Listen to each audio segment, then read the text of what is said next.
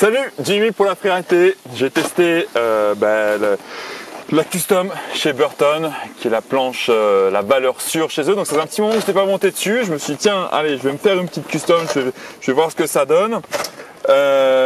Donc j'ai testé en 158 wide, en Flying V. Je vous avoue, j'aurais préféré la tester en cambre classique parce qu'on a une neige plutôt dure. Et en fait, j'ai été agréablement surpris parce que oui, elle existe en deux formules de cambre, soit le cambre inversé qui va donner un peu plus de polyvalence, soit le cambre classique qui va être plus accrocheur, plus nerveux, un peu plus vivant, quoi. Donc moi, je me répète, c'était bien en cambre inversé en Flying V. Et en fait, même sur neige dure, le premier ressenti, c'est que ça tient quand même la route, ça reste quand même accrocheur. Après, c'est une planche, voilà, c'est vraiment ce que je disais, c'est vraiment une valeur sûre, c'est très agréable à rider, c'est très facile en prise en main, c'est très confort. Je pense que ça peut correspondre vraiment à un maximum de monde. Dans l'absolu, même un débutant, il peut monter dessus.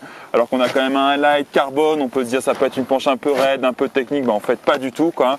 C'est vraiment hyper joueur, hyper facile, très ludique. Par contre, si on veut lui rentrer dedans, on a du répondant, quoi. Voilà, quoi. Donc en fait, on peut adapter, on peut la rider un peu à tous les niveaux. Et ça reste une planche. Quand on accélère, ça tient la route, ça relance et c'est très confortable.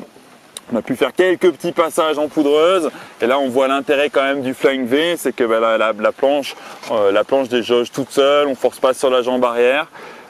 Donc voilà, donc moi je pense que ce cambre là va convenir quand même à beaucoup de monde. J'ai des personnes qui recherchent de la polyvalence, c'est une planche de tous les jours pour faire un peu de poudre, un peu de parc, un peu de piste. Après quelqu'un qui a plus une approche un peu plus carving préférera peut-être certainement la cambre classique. Pareil, idem en freestyle, quelqu'un qui a besoin d'arriver vite sur les sauts, les kickers et tout. C'est vrai qu'on aura une prise de car un peu plus franche, un peu plus de stabilité à haute vitesse.